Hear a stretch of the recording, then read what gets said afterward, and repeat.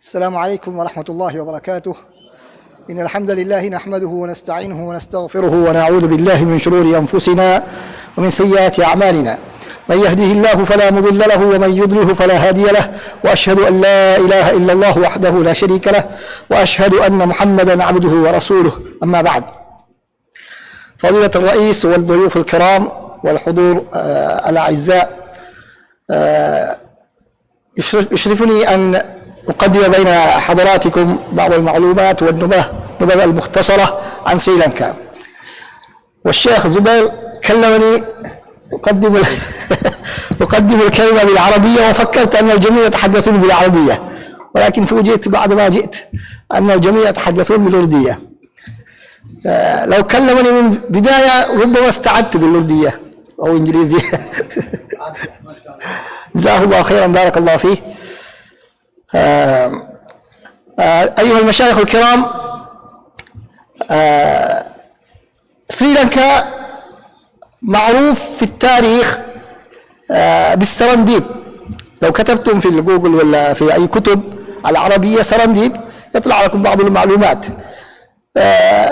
هناك قصص وأساطير كثيرة، ومن أهمها والمشهور أن آدم عليه السلام نزل في سريلانكا، يعني المشهور في أرض الهند، وفي بعض الروايات وفي بعض الآثار ورد، ولكن وفي التحديد بعضهم يقولون، ولكن ما ندري بالضبط، يعني أن هناك جبل مشهور في سريلانكا يزوره العرب، لا زالوا يزورون من الآن. وهناك ابن بطوطة كان زارها وكتب في كتابه عن هذه الزيارات أن آدم عليه السلام نزل هناك وهكذا، يعني بعض المعلومات ربما تتأكدون منها بعدها. وأما التاريخ الحديث، سريلانكا كان تحت استعمار مثل الهند، يعني تحت استعمار الهولندي والبرتغالي والبريطاني، واستقل في سنة 1948 بعد الهند مباشرة من الاستعمار البريطاني. وكان المسلمون يواجهون بعض الضيقات والتشديدات في استعمارات الهولندية والبرتغالية، ولكن بعدما جاء البريطانيون تخفف بعض المضايقات. والمسلمون يتمتعون بسمعة طيبة في سريلانكا، حتى في قبل الاستعمار في الملوك القدماء كان هناك وزراء مسلمون عند الملوك القدماء، اللي قالوا غير مسلمين بوذيين أو على ديانة الأخرى. نتوقف ولا يا شيخ؟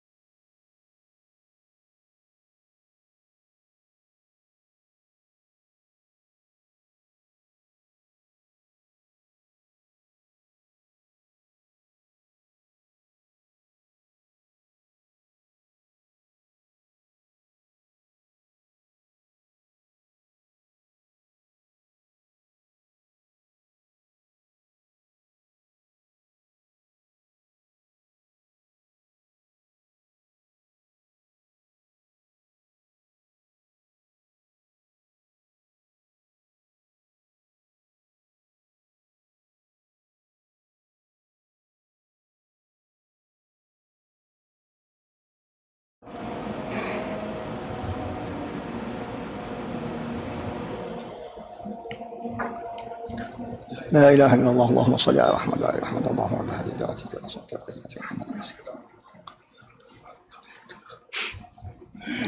أيها الأخوة الكرام، بالنسبة للمسلمين، عدد المسلمين في سريلانكا تقريبا 10% مسلمون موجود، والأغلبية البوذيون يعني 70%، والباقي هندوس والمسيحيون.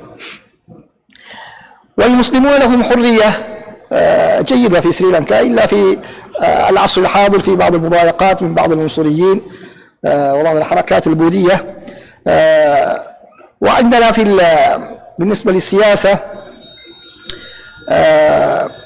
هناك 20 عضو من أعضاء البرلمان من أصل 225 عضو في البرلمان، ومنهم يعني 10% تقريبا 20 أو 25 في بعض الأحيان، يتأخر يزيد وينقص حسب الانتخابات.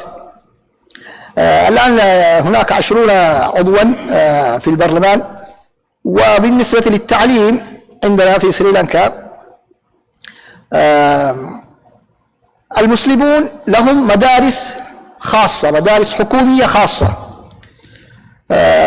ويسمحون فيها بالحجاب، الالتزام بالحجاب والحجاب الإسلامي ومصليات وهذه الأشياء. حتى هناك جامعات أيضا، جامعات بعضها إسلامية وبعضها جامعات غير إسلامية، ولكن فيها أقسام للعربية وأقسام للحضارة الإسلامية.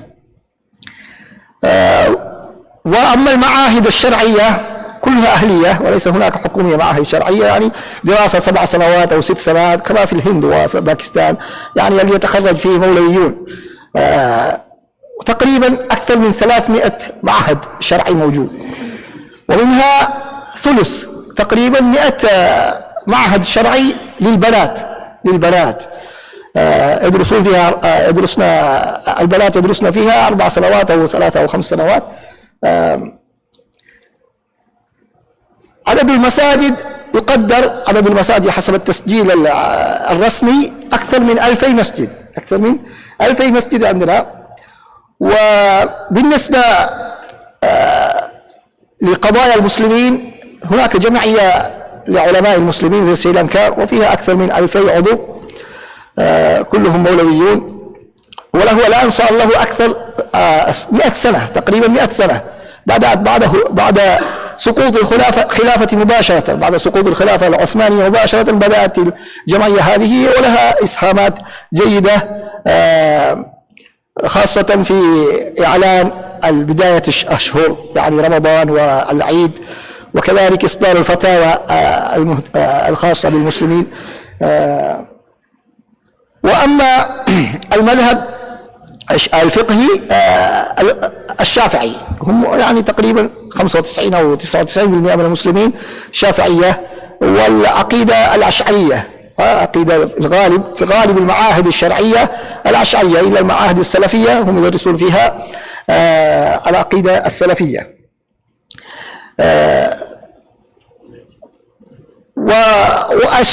وبالنسبة للحرية كما قلت يعني نحن نتمتع بحرية جيدة. النساء يستطيعن يتجولن في الأسواق وفي أي مكان، دوائر الحكومية وأي مكان، بالنقاب والحجاب الإسلامي، إلا في بعض الأحيان في بعض العنصريين يضايقون.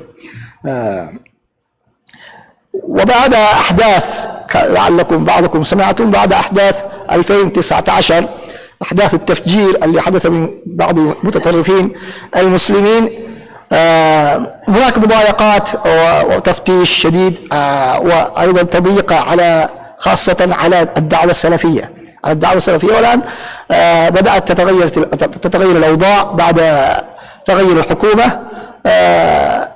وهذه يعني مختصر شديد جدا عن أوضاع المسلمين في سريلانكا، ولا أريد أن آخذ وقتكم أكثر. جزاكم الله خيرا، بارك الله فيكم، السلام عليكم ورحمة الله وبركاته. جزاك الله خيرا شيخ عبد الله. وإن شاء الله العزيز إن سمح بنا الوقت فإن شاء الله نترجم إن شاء الله درسه وخطبته في اللغة الأردوية حتى يستفيد الجميع. إن شاء الله ترجمہ کرنے کی کوشش کی جائے گی. اب چلتے ہیں نماز کے لیے انشاءاللہ، اور نماز کے بعد پھر واپس آتے ہیں. شہر ریاض میں مقیم بڑے مفکروں میں سے ایک مفکر ہمارے درمیان موجود ہیں، اور ہم انہی سے انشاءاللہ نماز کے بعد شروعات کرتے ہیں. نماز سے واپس آئیے، سنتوں سے فارغ ہو کر کے جتنا جلدی ہو سکے. ٹائم وغیرہ تو سب بس ویسے اپنے اوپر ڈیپینڈ کرتا ہے کہ ہم کتنے چست اور پھرتے ہیں. اللہ تعالیٰ ذائقہ دے. نماز سے فارغ ہو کر کے فوری طور پہ قیام میں تشریف لائیں. آپ حضرات سے گزارش ہے، التماس ہے، اللہ اپنا ذائقہ خیر دے، اللہ تعالیٰ سلامت رکھے، اللہ تعالیٰ خوش رکھے. بارک اللہ فیکم وجزاکم اللہ خیرا.